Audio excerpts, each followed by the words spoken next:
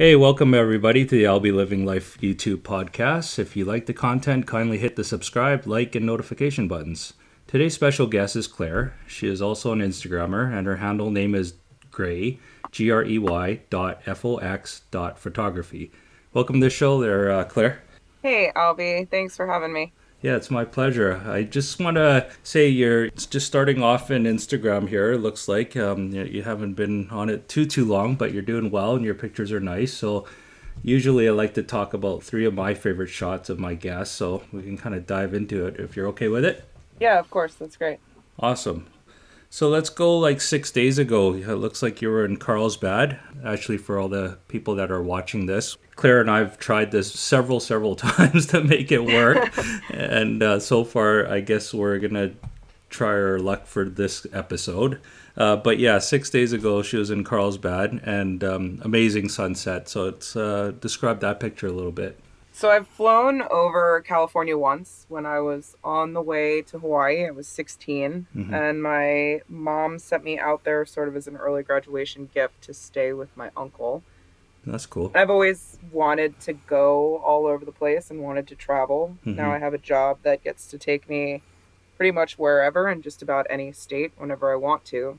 I'd gotten off the plane, got my rental car, got to my hotel, and that is the beach that is directly across from the hotel that I stayed in. Yeah, that's pretty amazing. Because, I mean, I just had a guest by the name of Alma, and that's where she's from as well. And she takes, like, amazing photography from there. So it looks like you've captured a pretty good moment there, too. Yeah, it's an amazing place. It's the first time I had seen a sunset over the Pacific in 16 years. I managed to keep myself still long enough to actually enjoy it, which doesn't happen very long. No. So you got out, I guess you got out there as soon as you can then?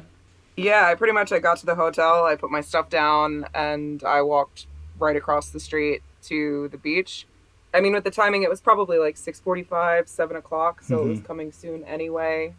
And I knew that was something that I wanted to at least try to get while I was there, just because it's not something I get to see very often. That's a nice shot. I love how the water, it just kind of looks like a sheet of like, I don't know, like bed sheets on there. Yeah, that looks pretty cool. Your next shot, which I really like, is your black and white Brooklyn shot over the water. Looks like it might be a long exposure picture, and I think it looks amazing. That's probably one of my favorite shots from you.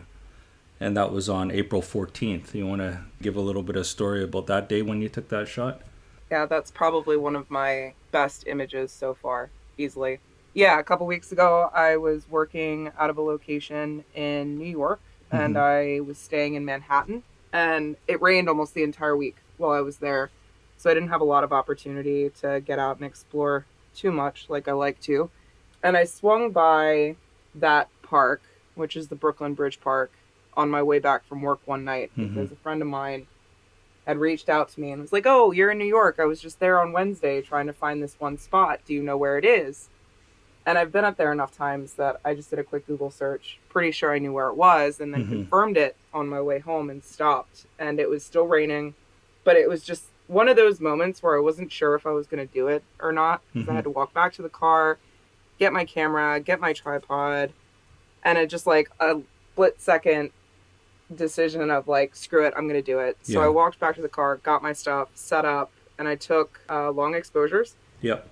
It's like 3 or 4 different focal points and 3 or 4 different exposure times that I merged together. So there's a little bit of a focus stack in there as well as the long exposure shots. Yeah. What I like about this picture is more, you know what, it's funny. It's not the buildings that I like. It's more those wood pieces in the water. Yeah, the piers, they're great. I think that's kind of, because it kind of shines out a little bit. Obviously, the eye goes right to the city, but I think it gives it that different look with those wooden like pier things, structures in the water, right? Yeah, and those piers, funny enough, they're all over the place. They're on the Jersey side, like on the western side of Manhattan. They're along there. They're down even along the Atlantic coast off of Brooklyn and down by the beaches. The piers are just all over the place. And it's just been years and decades building, and then the piers fall apart and they decide to build one somewhere else. So there's all these forgotten little wood slats that stick up out of the water all over the city. They just leave them there?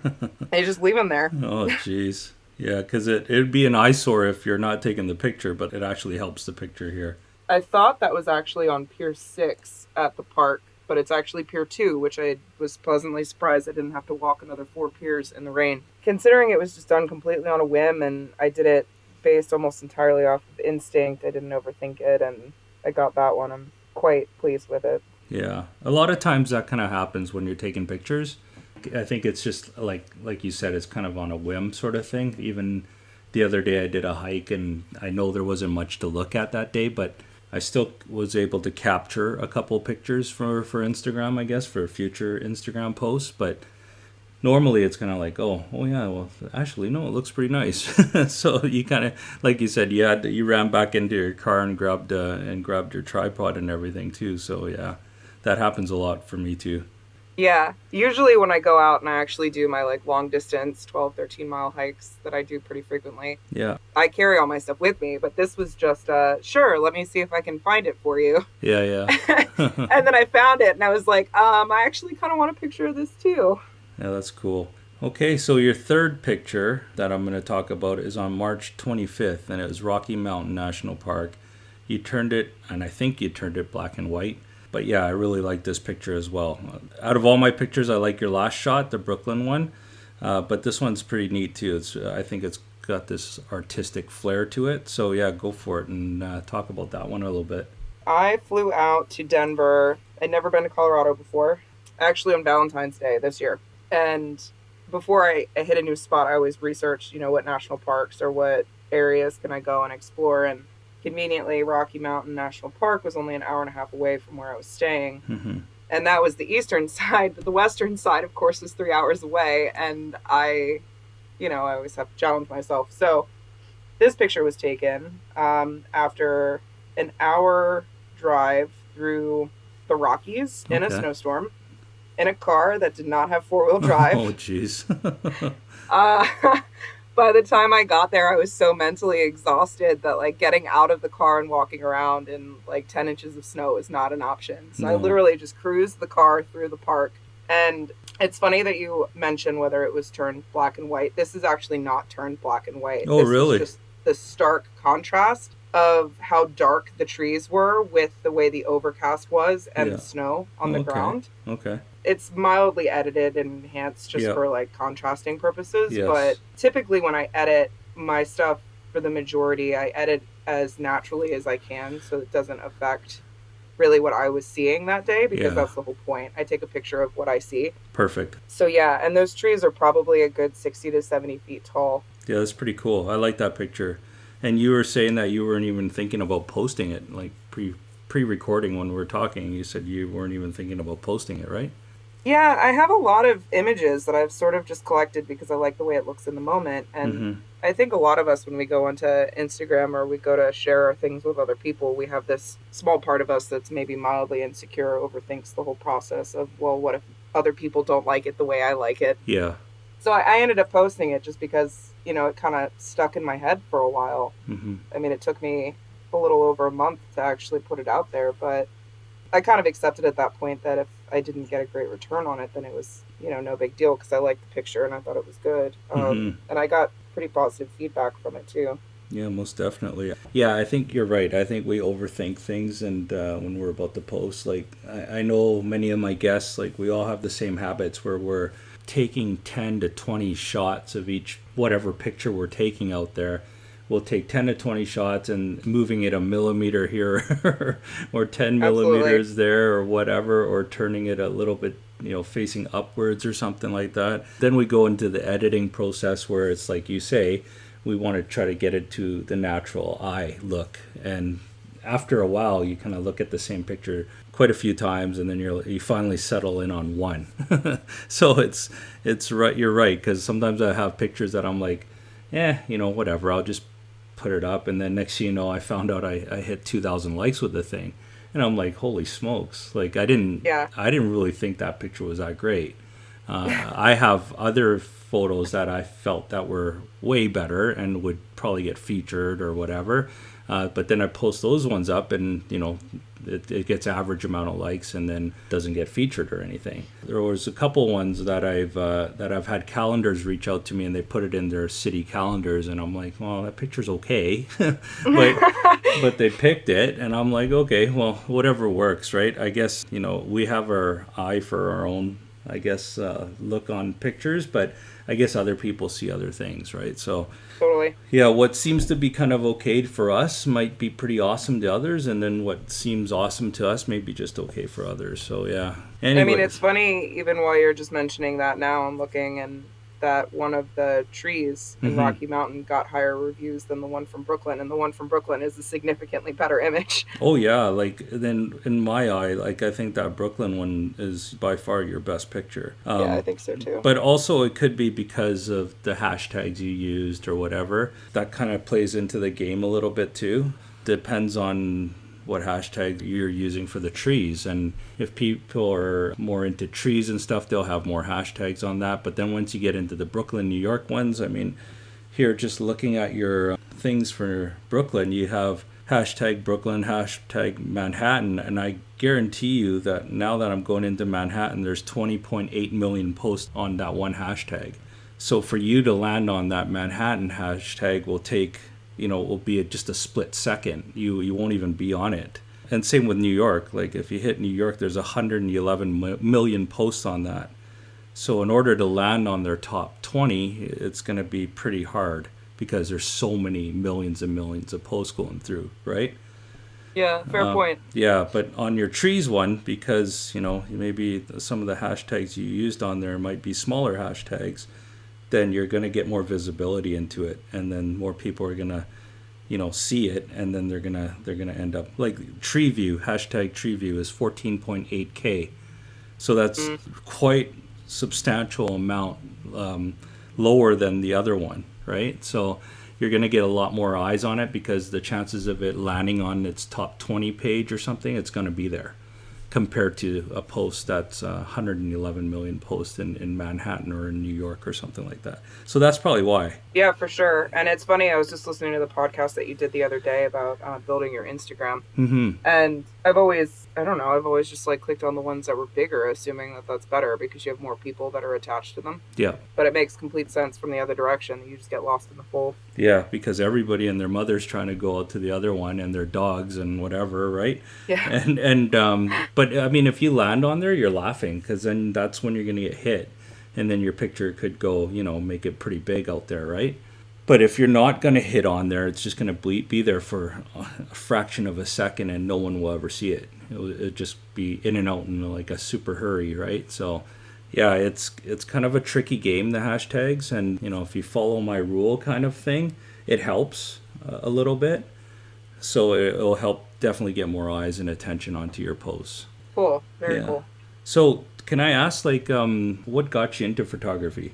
That's a great question. So I grew up in a really supportive of the arts sort of household. And I had always had an interest in photography, but I never played around in it. My brother, I think both of my brothers did in high school, and I didn't. I went more of like the drawing, color theory, like that sort of route. And I'd always played around on my phone. And I guess probably when COVID hit, I had somebody in my life at the time that was pretty big on taking landscapes on his phone, and I sort of fell in line with that whole thing. Fast forward 6 months or so, I'm still taking pictures with my phone, and I had met a friend of mine, and he still is a freelance photographer, and I had sent him a couple of the ones that I had just sort of taken on my hikes, and his comment to me was, "You would be dangerous with a mirrorless." And I totally just laughed and shrugged it off like, "You're crazy. I'm never going to make anything out of this. This is not anything I'm actually serious about." But that totally stuck with me. I guess a couple months later, a friend of mine gave me this family digital camera that she wasn't using. It had been sitting in the back of her closet forever. She insisted I take it. I think I also had it in my closet for a few weeks before I accepted that it was time to break it out and get using. But I went straight into manual practice. I didn't use like AP at all. I was determined to figure it out. And that one that she gave me, the Sony, was like a great starter for me to just have a very basic understanding of what I was doing. And this was just back in probably September, October last year. So most of my first posts are taken with your phone. with the phone and then with the Sony that my friend gave me. Okay. And it wasn't until Christmas, so 4 months ago, that my brother and my dad actually went halfsies on the Fujifilm that I use now. Yeah, that's cool. You could see the difference. I mean, I can see the difference in images between what I was posting back in like August through November last year and the ones that I'm posting now. Mm-hmm. But yeah, I mean, I think I needed an outlet with COVID, with some family crises that I had gone through, and it was Mm-hmm. a good way for me to sort of, I don't Heal. know, I guess bring the people in my life into all of the adventures and hikes and trips and everything that I was taking when they were all stuck at home because of COVID and couldn't go anywhere. Yeah, yeah. Yeah, definitely. Hiking's like one of my favorite things to do, especially if you just want to desensitize and get away. And then it adds to the fun that you're trying to capture some pictures out of it too. So I think it's pretty cool. Yeah, I think the one thing that I always search for is when I go to a new place and you get that total like upside the head slap from nature when you see something new for the first time and you're like, holy crap, how do I not take a picture of this? Yeah, yeah. And that's really what I go after. I mean, I mention a lot in my captions and my posts that I refuse to chase the shot. And I think we're all kind of guilty of chasing the shot to a degree. Yeah. But what I chase in image is that, like, holy crap, slap upside the head moment when you're just floored completely by what's in front of you. Yeah, yeah. I've seen many of those. I kind of wish I started hiking sooner, or I started taking my photography stuff sooner. Been to many, many places, and I've seen some pretty crazy things and pretty amazing things too. But back in the day, we didn't have cameras, we didn't have camera phones or whatever, right? So it was kind of just like if you have your little the point and shoot, right? And Sure. I had those, but I wish I kind of used mine a little bit more than I did before. And then digital came in, and then all that other stuff, right? So yeah, it's kind of it's a different world now. But I wish I started this journey a little bit earlier. But it's okay. I'm enjoying myself now. Yeah, you got there when you were supposed to. Yeah, and just like you, I was just taking shots, like daytime and nighttime shots with my camera. I mean, with my phone camera, sorry. But at the beginning, you could tell, like on Instagram, I started exactly pretty much like 3 years and 1 week ago on Instagram. And when I first started, I was using my phone camera to take night shots, and you can totally tell the difference. And then when I finally got my Canon, and then I started doing night photography with my Canon, it's so much crisper. It's like it's sharp now. It's not like before where it's kind of grainy. And then the funny thing, even back then when I had my camera phone and I took these night shots, I was like, wow, it looks pretty cool. But now, Yeah, for sure. but now when you look back at it, you're like, oh man, it was grainy, it was garbage, right? Compared to Absolutely. what you shoot with your regular, like your DSLR or whatever, right? Or your mirrorless, right? It's pretty funny because now you compare it and it's like it doesn't even compare. It doesn't compare at all. And it's funny, every once in a while I go back through and I just review the things that I have on there just so I'm not being too terribly redundant in my posts. Yeah, me too. And some of the ones I have on there, like I've really thought about just getting rid of because the image quality is so bad. Yeah, I know, I hear you. But it's okay. It shows how you've grown, right? So yeah, of course. So that's all good. I'm not too worried about that. Yeah. So great job. Keep it up. I think your pictures are stunning, and you're just going and plugging along. And I have a feeling you're gonna grow on Instagram, and hopefully you use my tips, and I hope they help. But do you have any questions for me?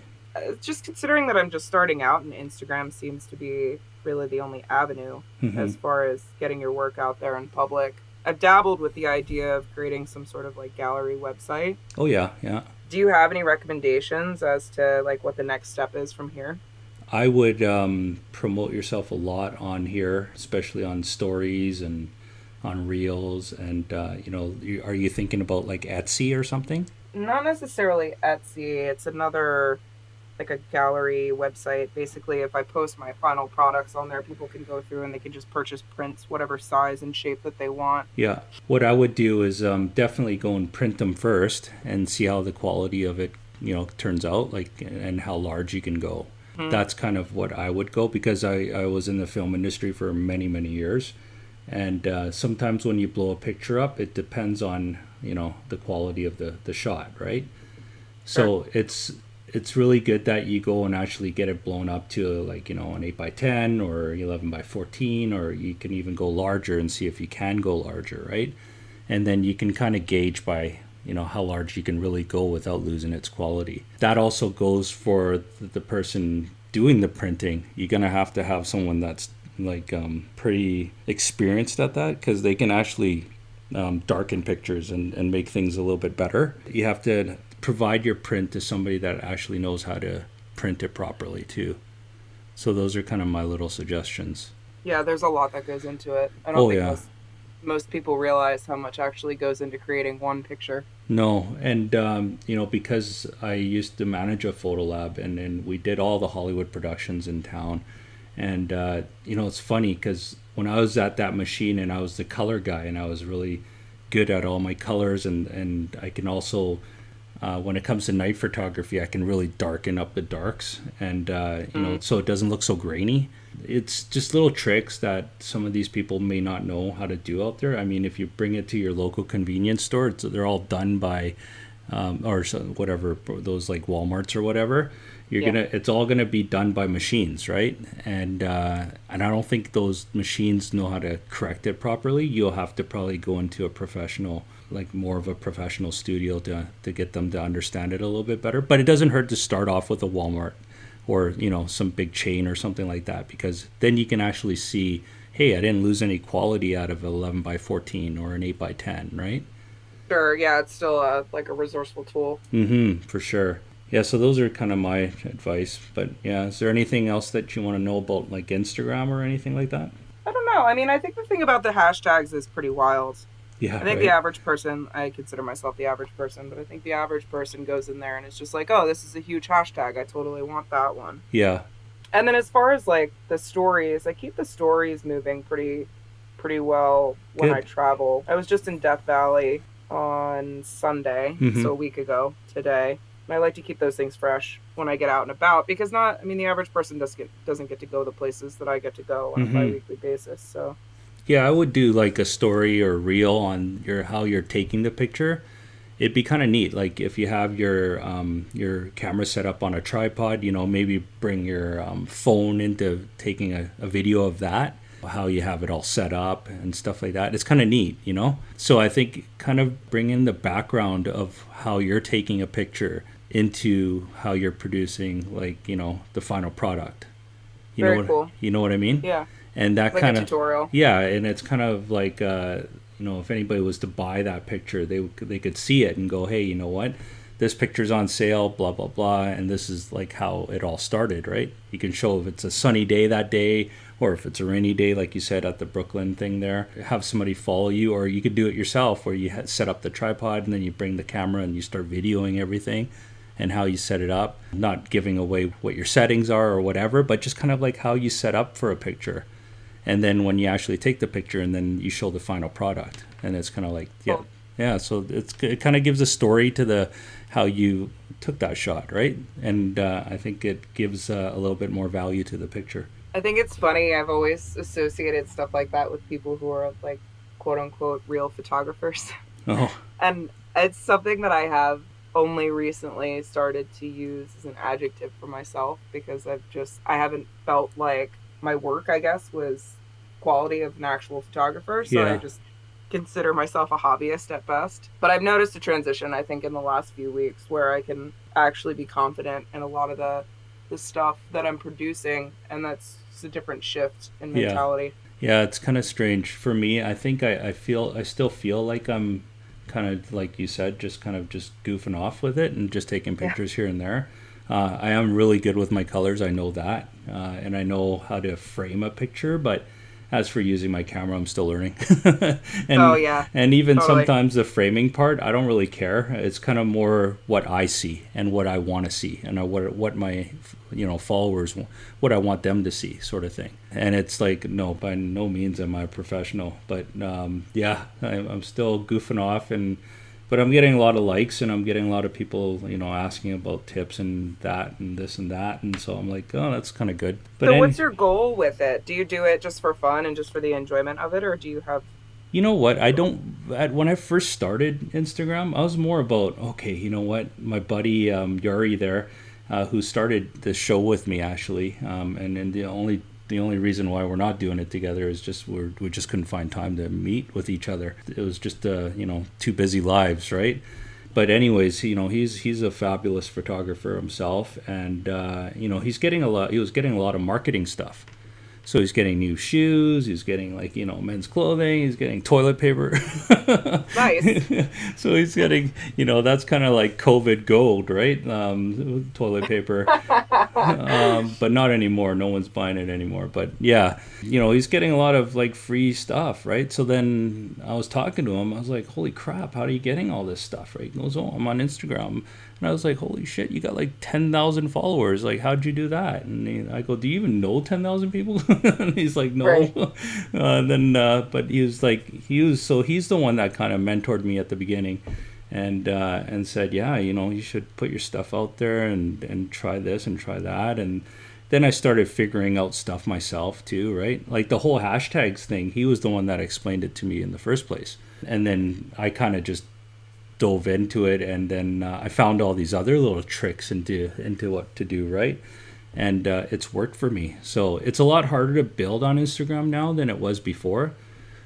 So when he first started, he said that, yeah, it was follow to follow. So if you follow someone, they'll follow you back. So that was a lot of that was going on. Nowadays, you have to really get out there and build engagement, and in order for someone to follow you. It's a different game now. So, and it's also, I notice I get marketing offers, but it's for the same stupid things all the time, like coffee mugs, right? Yeah, I get those too. I get watches. I've had a few hiking stuff, but one I was really interested in, but they were down in the States where you are, and they weren't sending anything up to Canada. So I said, okay, well, that's too bad. Yeah, before it was good because they'll just say, hey, you know what? Well, we're going to give you a free watch. All you have to do is post up a couple pictures. And but I'm not ever into this jewelry business stuff anyway, so I didn't take them up on the offer. One had like a 10-page document, and I'm like, I'm not reading this crap. Not for just a watch, a cheap watch, right? So forget it. But yeah, it was it was more for marketing stuff before. And now it's kind of strange because as I started building and getting more followers, it feels pretty cool on here now that I've met many friends on here, and a lot of commonalities and all that stuff. And now it's kind of like I feel like, hey, it's a perfect time to kind of give back, maybe start on a podcast to kind of help promote the talented people out there such as yourself, and bring awareness to stuff and help out businesses. Is kind of almost a payback. So now my focus is more on the YouTube thing. Here I am, I'm trying to link the bridge between Instagram and YouTube, and then having other not YouTubers but other Instagrammers see the guests that I bring on. And I feel that the more guests that I bring on, the more people will learn. And just by looking at your pictures, they may spot something that they're not doing. You know what I mean? And sure. I'm going to be posting up a lot of your pictures on YouTube for people to see, right?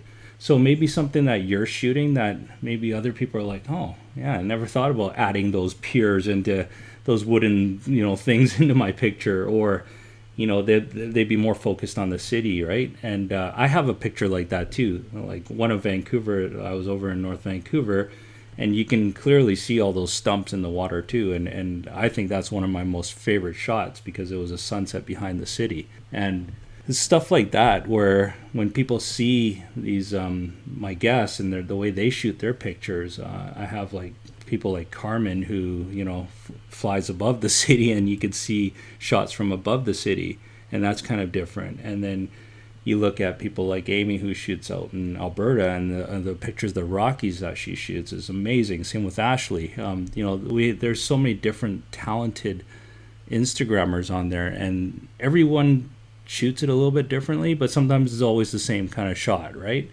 But right. But sometimes the way they edit it is a little bit different. Like I had one by the name of Ange, and she's like, if you ask me, one of the best Photoshop people I know out there. Like she put a goldfish in a freaking forest. Like it looked amazing. And, she turned our library into this jungle forest around it, like looking at like it's like from Skull Island or from dinosaur movies or something like Jurassic Park. So Yeah, there's a lot of talented people here, and the reason why I'm doing this is like so I can bring attention to these pretty talented Instagrammers and for other people to learn from it if they're willing to even watch the show. So if they sure. watch the show, then they're going to go, "Huh, that's kind of interesting how Claire shot this, right? Or how, Albie shot this." I feel that it's a big learning tool. So this is something that I want to build, and eventually when I do have a real job, so Yeah, when I do retire from there, I want to fall back on this and have something to fall on, and to just do it, just like keep doing it and see where it leads me, right? And this is yeah, why that's great. I'm about 9 years or 10 years away from retirement. So I'm thinking maybe in 9 years, 10 years time, if I didn't give this up that quick, then maybe it'd still be here and I can still do this and talk to people. Yeah, I really enjoy talking to all my guests right now. So it's kind of cool. Yeah, I think that's something really special that you have and are able to do because a lot of people lost that like social connection over the last year. Yeah. So we've had to find different avenues of doing that, like, through podcast or Instagram or various different avenues because we just haven't been able to be face to face for so long. Yeah, and it's really cool. Like I got to meet you, like when we're talking and we're chit chatting like old friends here, right? And Yeah, right. it same goes with all my other guests. It's you get to really get to know a person, and the ones that I've had on here, they're more about giving, and helping back, right? So it's a great way to help each other, promote each other too. So yeah, I think it's something I'm having a lot of fun with right now. As is it growing to what I want it to grow? No, but Sure. maybe eventually. That's kind of what I've had to do with the Instagram thing too. I've had to sort of take a step back from it in a way of saying it'll happen when it happens. Yeah, Because I think there's a sense of vulnerability when we put our work out there. I mean, you put enough time into taking an image that you care about and you process it, you edit it, and it looks good to you, mm-hmm. and you put it out there to literally be judged. I mean, by the general public, people you'll probably never meet in your life. And you have to be okay with the feedback that you Yeah, receive. And you for don't sure. necessarily have to agree with it, but you have to accept that that's the feedback that you receive. Oh yeah, And like when I first started doing this, I came out of like a really bad year and was like, you know what? I've got extra time. I've mm-hmm. always wanted to travel. I've wanted to see national parks forever. I'm just going to start doing it. And I did. I started packing up my car and I would drive. I've driven all over the East Coast, Mm-hmm. all the way out to like Midwest and then south, just north of Florida. Yeah, I just started taking pictures and started documenting basically my travels because it's something I've always wanted to do yeah, that's pretty and cool. never had an opportunity to do it. And then, those moments are special to me because they mean a lot to me, but it doesn't mean that they're going to mean a lot to other people. Yeah, yeah, for sure. But that's all that matters, right? Is what Yeah. matters to you. And same goes with my show here. Like I've been thinking lately, I was like, do I keep going with this thing? I'm not one to quit, so I don't really like quitting on anything. Is it building? Yeah, it's building, but is it building to what I want it to build? No, not at the moment. But that's not what it's about right now. It's about just me connecting with people, me and trying to help promote others. And hopefully they get to the levels that I'm at. There's ones that are really really talented out there, and I want to help them. So maybe they're just marketing it a little bit differently or whatever. This is, like I said, it's fun. It's nice to talk to people. It's nice to actually have a link with some people that I interview. I could always go back to them and talk with them again, and it's kind of cool. It's and you built that bond between it, like sort of like a friendship on Instagram, I guess. I enjoy it. Like yesterday, I actually talked to somebody from Australia. And why would I talk to anyone from Australia right now, right? It's just so cool. But it's so cool that I was able to connect with her, and we just talked about pictures, and the same thing we did today. So that was, yeah, for me that's fun. Such a camaraderie, I think, that comes from this community. At least, I mean, even just really like the artistic community in general, but photography is different. And Yeah. I think it's because so many people find it in doing things like hiking or traveling or Mm-hmm. personal expression, whatever it may be. Selfies. Selfies, right? Selfies, sure. Yeah. But there's a lot of similarities in that. So someone can live in Australia and you'd likely never meet that person, but they still have so many similarities with you and with me and with Alma and with all the other people that you've interviewed just because of a common. Yeah. Is that cool? I just want to say, hey, thanks for joining the show. I had a great time chatting with you. That was great. Thanks for having me and being patient with our other trials and errors trying to work out all the audio issues. That's all good. We made it work. All right, so if you're not following Claire, give her a follow. Her Instagram handle name is grey.fox.photography. Give her a follow, and that's it. For me, don't forget to hit the subscribe, like, and notification buttons, and that's it for this week. We'll catch you next week. Thanks.